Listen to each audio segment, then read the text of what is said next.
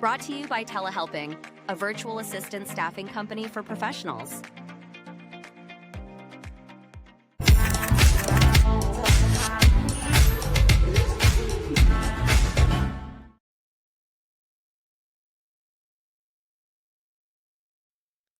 Hello, everyone. My name is Cody Hall, and I am the host of The Faces, Entrepreneurs Are People Too, and the founding CEO of Telehelping, a virtual staffing organization, and the herein sponsor of my podcast. So thank you, Telehelping, and of course, all the people who subscribe, follow, and share our podcast for allowing us to do this every day with great people. Speaking of great people, Jason, sir, how are you doing today? I'm doing great, Cody. It's great to see you. No, I'm very excited, Jason. So occasionally I get the opportunity to sit down with someone on a pre-call and I'm like, ooh, I'm excited for that podcast. So, sir, you were one of them. So before I run down any one tangent, as I'm notorious for, let's tell us, who's Jason? Give us a little quick introduction. Gotcha. I'm still trying to figure that out myself a little bit, Cody. But if we're talking on the professional context, right? I have one of these careers that you probably couldn't assemble by design if you wanted to, and I'm not sure anybody would want to. But basically, started off with a technical degree in accounting and worked for a large firm there. That entrepreneurial spirit, as with so many of your listeners, loomed large inside of me, and so I did some things with a lot of gumption, a lot of intent, but not that much skill or knowledge, right? So I started a direct mail advertising company, owned a pizza restaurant, sort of swung from tree to tree. Eventually realized I had a lot of ambition, a fair amount of brains, but maybe needed some technical skills. So I went back to school, got my graduate degree in business, and then I worked for some very prestigious employers. But again, that entrepreneurial spirit continued to call, still burned. And at that time, I joined my brother in business. He had started a company in the online ticketing space. It was growing very quickly. I joined to help really commercialize that business and harness just a fraction of the interest that was coming in the doors every day. In the early days of the internet, you could be a relatively unbranded organization and still get 1 million unique visitors a day, which is what we had. So the issue, it's an interesting problem, right? A problem, but it's a good one to have. Is, well, how do we convert just a fraction of that more than what we're doing now, and build the organization to actually handle that? So I came on and did that, and that was the entrepreneurial venture that really changed my life and set me on a different path. Had a successful exit there. And a big part of how we built that business was through our team, through our people. And we had partnered with an organization called a PEO, Professional Employer Organization, to do exactly that, to allow us to compete with very large organizations, offer best-in-class benefits, have practices. So it's not just a couple of young guys trying to figure it out on the fly.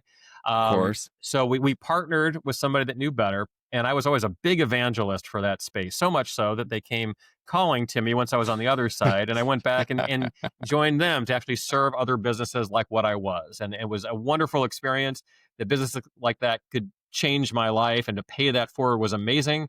That led to my current role, where I'm now CEO of a PEO. And I've kind of come full circle to where now we're a bit of a larger organization, still entrepreneurial in spirit. Our organization is Questco. And basically, we are involved with helping the people side of business. So imagine a big partner in everything from payroll to benefits to HR advice to technology. We don't handle staffing, Cody, so no competition. We work well with our staffing partners. I like a good competition.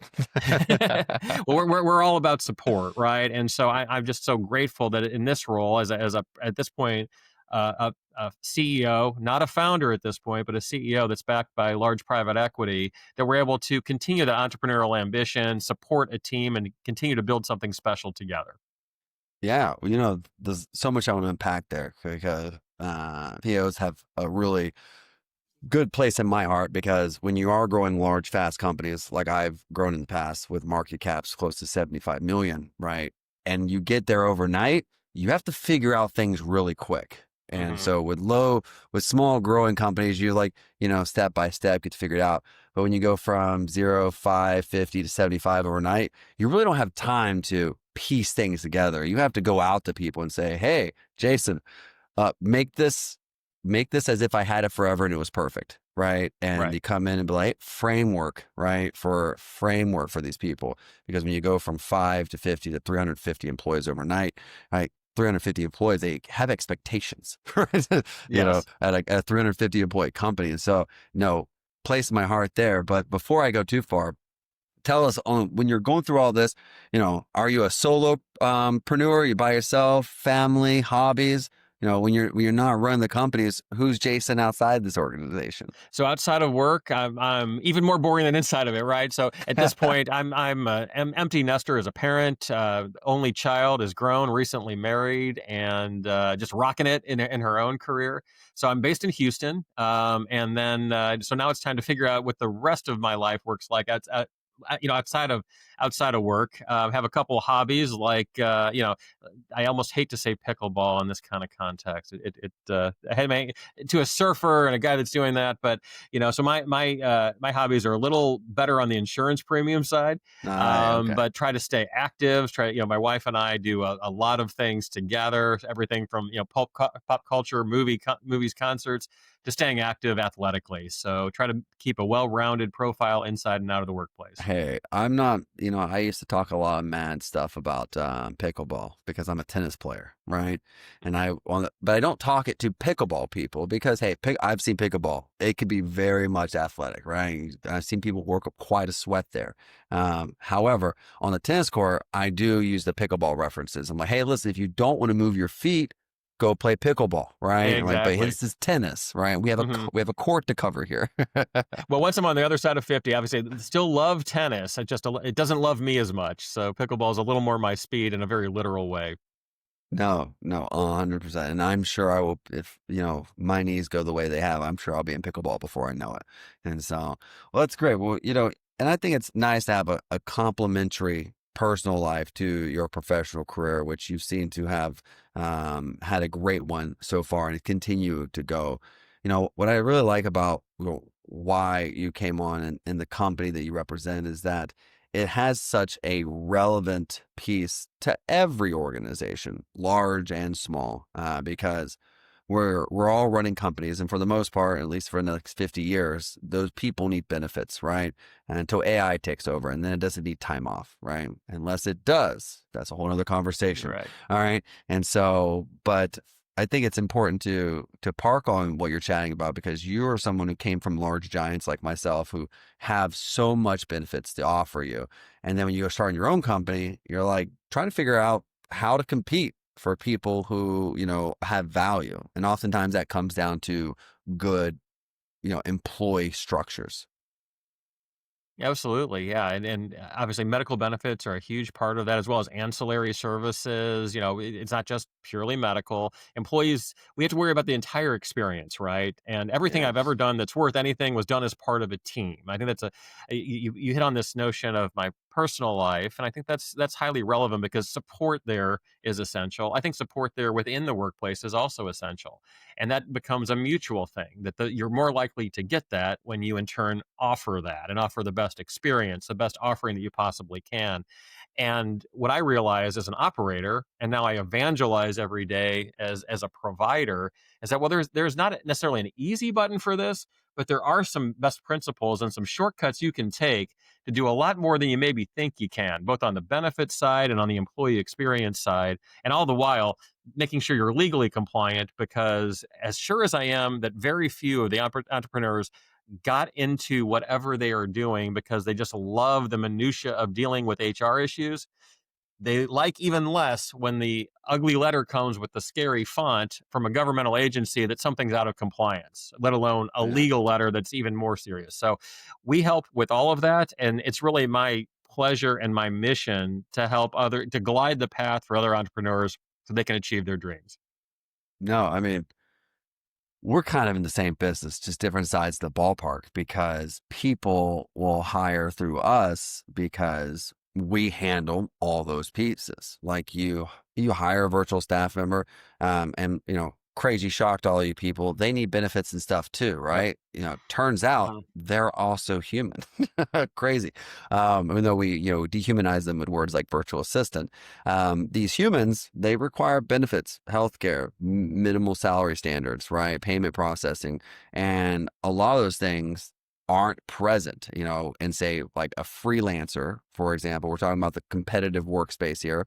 And that's why, oftentimes people are like, well, why wouldn't I just hire someone directly? I'm like, well, when you pay someone just cash and they're not getting the whole experience, right, of support, they're not getting the whole cultural element of, what happens if life impacts my ability to work, or what am I doing, right? If that doesn't exist, you're really getting a really thin layer of commitment from a person, right? When the pay is all that keeps them with you, right? That's, it's I call it a one point of failure in a system.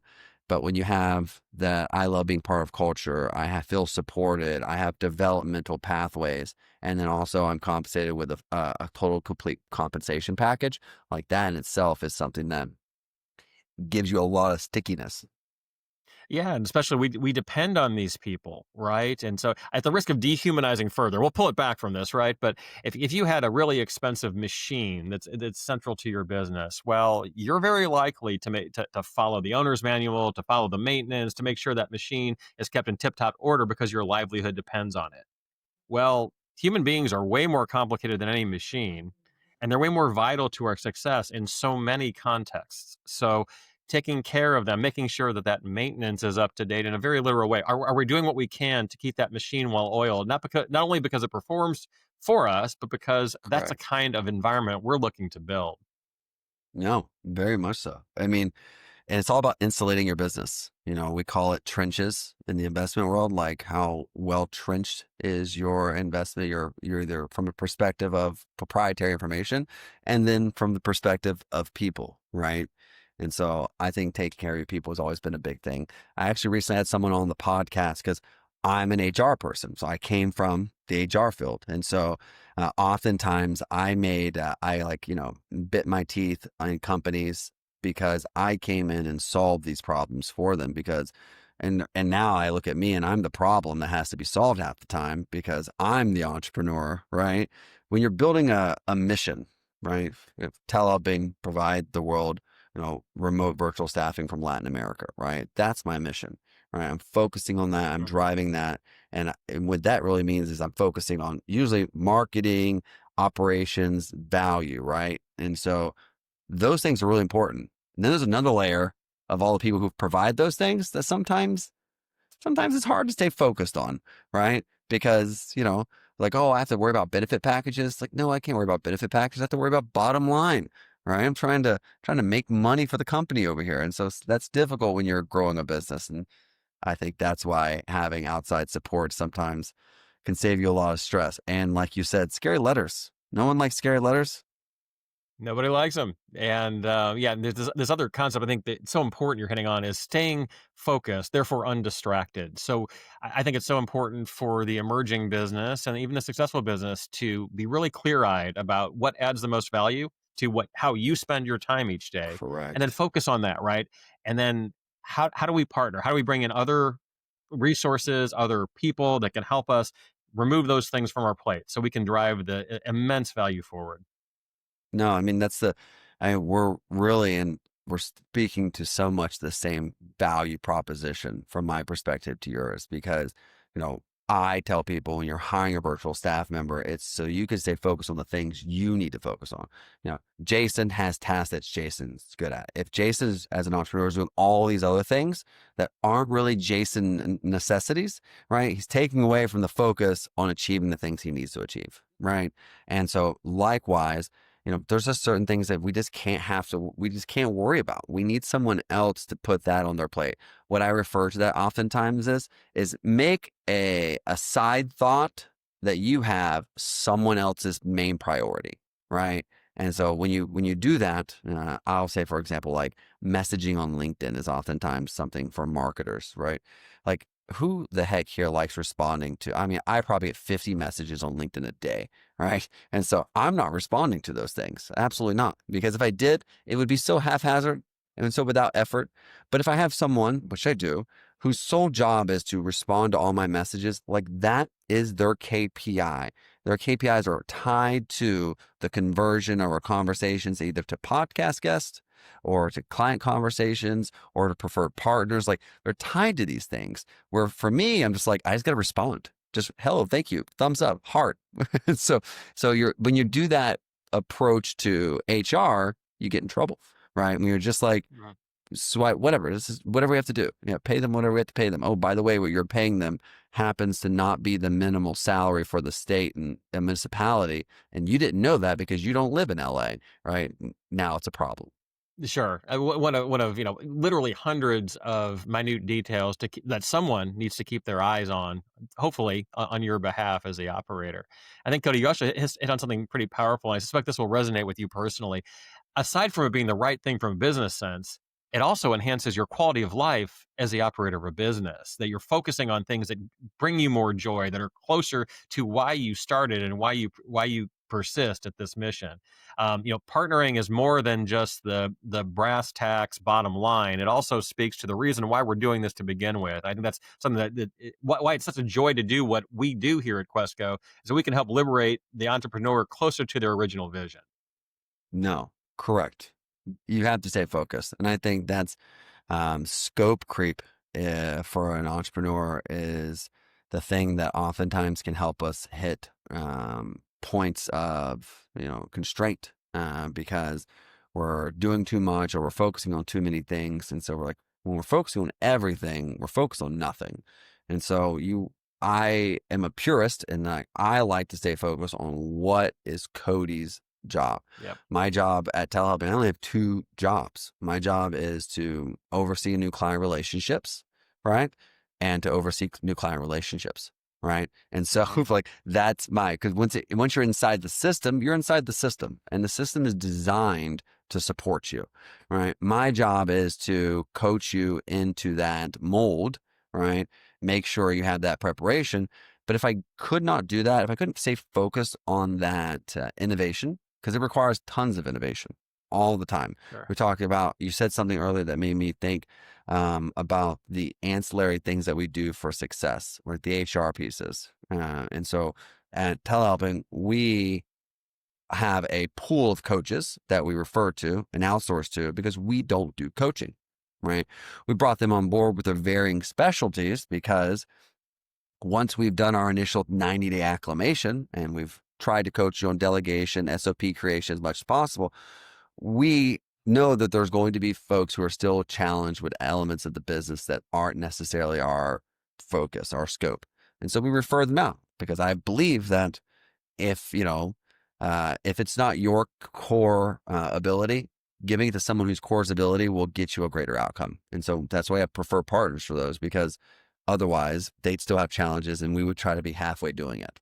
Sure, I think it's also really nice to have a sounding board, right? And that's a point of differentiation that we certainly focus on. That sometimes the technology can enable the outcome, sometimes not. But would be so valuable is when it's a thorny issue, something complicated, something emotional, that you have someone to bounce that off of that's been there, done that, and been doing this for 20 years. That's another level of partnership that we just find really valuable. And I suspect, we all have bumps in the road along the way, and to have someone there in a spirit of partnership to Sherpa us through that can be really powerful. Correct. And I think Sherpa was a great example. Sometimes you're just the llama and you need someone to grab you by the reins and say, here's the direction we're going. So, and don't fight it. As much as possible. Correct. A lot of the folks listening are folks just like yourself who are inside the big organizations. They probably have great jobs, great benefits, and they're sitting there wanting to scratch the entrepreneur itch that they have. And the truth is most of you are not HR professionals. And even if you are, right, it's probably not the business you're starting. And if it is, okay, great, right? Mm-hmm. Jason represents an organization that at one point in time, a guy or girl was like, I'm going to start this company. And that was HR related. However, most of them are not going to be. And so, or you don't have that expertise. You're going to need to think about it eventually. Because if you're going to grow a business outside of yourself, you're going to have to lean on a partner, whether it's going to be a partner who's going to help you with the domestic elements of it, or if it's a partner who's going to help you with the outsource element of it. Both companies are focusing on the human experience and how it's supported. And if you lose track of that, you get cultural issues, you get legal issues, financial issues, and the list goes on. So don't be blinded by the drive to get the objective over some of the stones you need to step on along the way. Yeah, very well put, right? And I think there's another dimension too of, especially if you happen to be coming from a larger organization or stepping into entrepreneurship, you undoubtedly have achieved a lot. You have certain skills, but you may not know what you're taking for granted, especially if it's in a smaller context and environment. Things that might have been provided on your behalf in the larger organization that you're just literally out of your field of vision that suddenly become front and center when it's your name on the proverbial building, and it's your success at risk of the smaller business. And so I think the ability again to partner with experts, whatever the context, and certainly people related experts, will set you apart. It will make the trajectory of your business uh, faster. You'll go farther faster, and ultimately you'll have a better time doing it. Yeah. No, and do you find that folks who use your business who are they rapid growing, or are they organizations who've kind of grown to a size and are now having problems? What's kind of the traditional makeup the clients that have wake up one day like, okay, I need a PEO. I don't know. It's more of a an awakening, right? Over time, perhaps. And there are those that were probably closer to our profile when I was on the entrepreneurial side, where we were growing very quickly, had to do something, and this just became a hand and glove fit because for fast growing companies, there's no better ally than us as a PEO to help you scale, help you grow, and do it with excellence and in a legally compliant way. Um, in growth, you're confronted with a lot of issues, and that makes us a hand and glove fit. And so that's a fair amount of the customers that come to us have some growth intentions, or they are suffering perhaps some short-term indigestion from some rapid growth that's just occurred. I said there's another group that just contending with higher costs year after year. Like, what's a better mousetrap for helping me through some of the challenges to managing my costs as a business? This is, you know, again, we do not mean to dehumanize, but as a P&L item, the cost of labor is Correct. often very much at the top of that income statement. Thus, it's something that we need to pay attention to, and especially all that goes on. Like, you're spending so much money on this. Am I getting what I need? What strategies can I employ to get more out of my labor force and that thus provide more to them at the same time? So helping people struggle with the cost side and the people related cost side of running a business is inherent to what we do. So some of those organizations aren't growing as fast. They may have been around a while, or maybe somebody new comes in and inherits the business or acquires the business and has their own intentions, but they might need some help to transcend the level they are now. And regardless, we're in an environment where so many costs of operating a business are expanding exponentially. This is a dashboard level issue for so many entrepreneurs of any size and any growth trajectory. So we're there to meet our clients and our prospective clients where they are, right? And then whether it's aggressive growth that's on the dashboard or something that's a little more modest, there are still some huge needs related to people, and we like to tackle those and help them solve them. No, what's interesting, what sticks out ahead of mind for me in that conversation is that we were in so many states when like my company was growing, and just keeping up with like the state compliance element of staffing people is in itself such a burden. And so, it's like one thing when you're in one state, right? You just got one state. I'm paying payroll taxes to California and I'm worried about California's issues. But when you're in 35 states and you're paying payroll tax to all these people, and you have people from LA to New Jersey to New York to New York, New York, right? And so Washington to Seattle, and like all these states that have just their own individual municipality, the taxes. And it's like, how do you manage all those? Like that in itself is an entire company. And it was overwhelming. And that's why we handed it off eventually, because we weren't doing it correctly at all. We weren't doing it correctly at all. And it was only going to become worse. Yeah, common story. And imagine those out there that you find some great talent, but it's 2 time zones and 4 states away. Well, there are structural burdens to you should you move forward with hiring that person. And what a shame, right? That if those burdens would overwhelm the opportunity you have to employ this person. Companies like ours at Questco, we solve for this, and we make it so these burdens go away, these barriers are eliminated, and you can go forward and prosper with the kind of hire that you expect and need to begin with. Correct. Something simple is when someone is joining a large organization or a medium-sized organization, and they're like, well, I'm in Washington. Like, great. Well, hey, we don't have benefits plans set up for Washington. You're like, ugh. Hmm.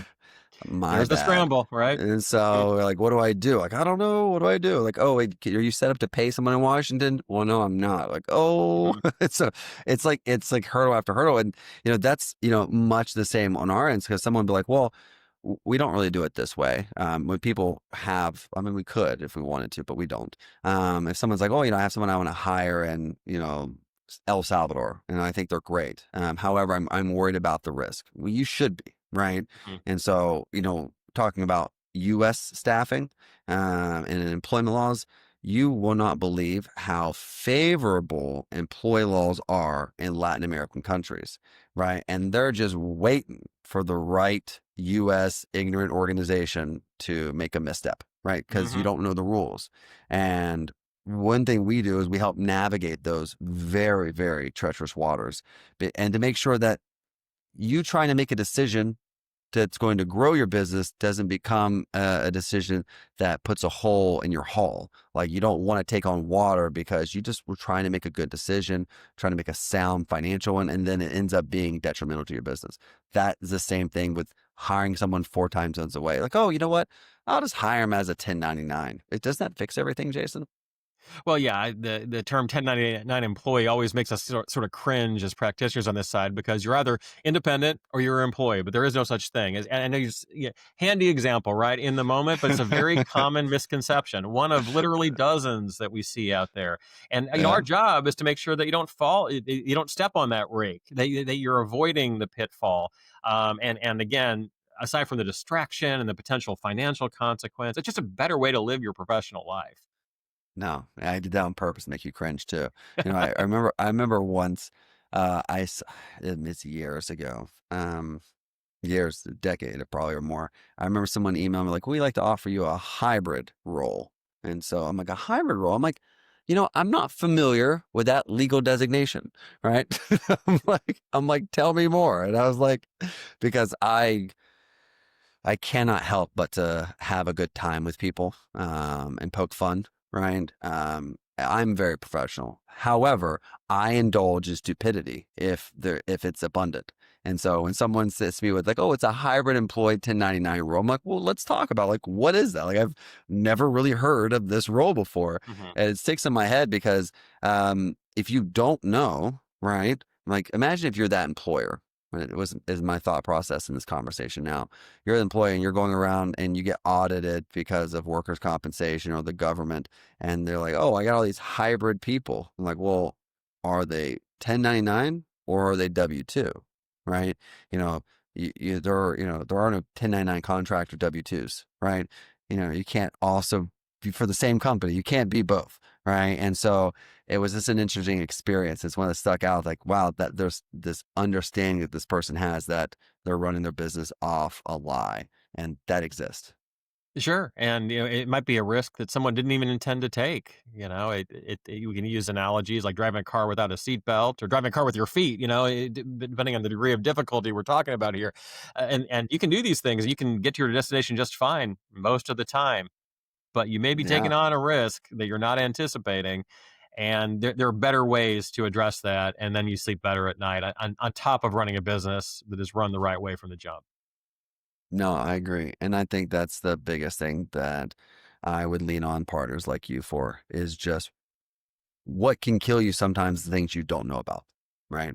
And those are the things that could really bring a company to your knees. And the worst thing about employment matters is that they multiply with people, right? And so Hmm. they don't get smaller when you become larger. They actually get larger, right? Especially if you're replicating the problem. And, we run into this all the time where we see people, well, I've always done it this way. Well, because it works doesn't mean, it's like my mother, like, oh, I've smoked my entire life. Doesn't make it not healthy for you. Like it doesn't make it not detrimental to your health. It just means no major issues have popped up that you're aware of yet, besides like your COPD and everything, right? So, by the way, right? And so you have sometimes we don't attribute some of the issues we're having to the issue that is present. And being that I work in people, for people, with people, right? It's always the front of my mind. Sure, and really adept observations that then magnify if you have a growth expectation for your organization, because then you might need to put in place new structures, new practices, Yeah. and that these don't come magically to us by divine inspiration. We have to go out and be trained on them, partner to, maybe, today it's fine to run, you have a single salesperson, so you may not need to think a lot around a compensation plan. Well, if you want to grow and have sales districts and scale that further, you may need some intentional thought. And I can promise everyone out there, you already have practices. Do you have them on purpose or do you have them by default is really the question. And really, Yeah. those that are most successful and the reason why companies that partner with us tend to grow more quickly isn't necessarily because we are so magical, but it's because those operators have the foresight and in some cases the humility to say, hey, I need to partner to introduce these structures that I know I will need down the road. And so providing in advance, it speaks very well of the operators that partner with us and the thoughtfulness of the small business community writ large that, you know what, there are ways to do these things more smartly and with a greater sense of certainty. And that's, ultimately what I'm just so proud to provide.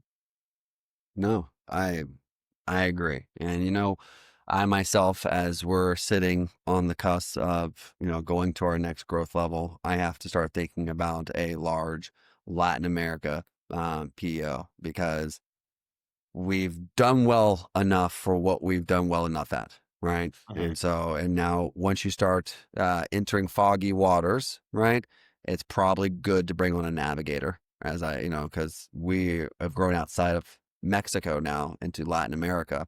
And while we're Mexican experts, we are not, Uruguay or Argentinian or Salvadorian experts, right?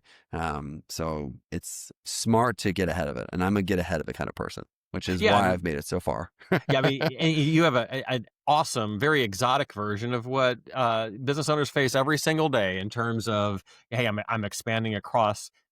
Maybe it's country lines, maybe it's state lines, or maybe it's even just cultural sensibilities, and being able to Yeah, manage that artfully. I mean, good for you, Cody, to be this kind of growth, such an interesting, exciting, immense possibilities to your operations and business. It's really cool to see and to witness. appreciate that. And it's just I hats off for getting for reaching out to help and support when you need it. Because as brilliant as you are, as effective an executor as you are, we all need help. And to realize that, I think, is a really powerful idea for the entrepreneur.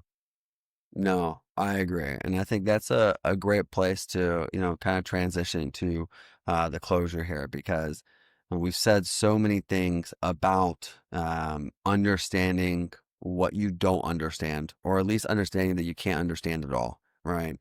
And that we all start businesses for one thing or the other, right? Whether it's an accounting firm, a legal firm, all these other non-HR companies, they're started for a reason and they're growing, but you can't escape your responsibilities to the people who make up your organization and their key role, indirectly or directly, in making that growth difficult or easy. And so I think that, one of my favorite statements is a closed mouth does not get fed. And so you don't know if someone can help you unless you ask, and it never hurts to ask. So ask, right? That's our real message. Correct. I think Just that's a great one. Hmm. Well, Jason, I really appreciate you coming on. From the human side of things, which I obviously, it's my business and your business. We align well there. And while I'm a numbers person to the core, I believe that I like my hand, but I'll cut it off if it has green. I thank you so much for joining me and being able to share the need and necessities of having experts in the fields that are oftentimes overlooked. So, Jason, I'd like to give you the last few seconds here to tell people how do they reach out to your organization if they're sitting here running companies and they're like, I haven't really thought about the people. Like, how do they get in contact with your organization? Sure. Well, first of all, Cody, been an absolute delight to visit with you, to have exposure to this great audience, and very thankful, very grateful to you as well. Appreciate Again, it. I'm Jason Randall, Randall, and I can be reached. First of all, our organization is Questco, Questco. It can be reached at questco.net. We'd be happy for a member of our team to reach out to offer support, and we that whether or not we're a fit for you or not, would love to offer that support. I can also be reached personally as CEO at jason.randall@questco.net.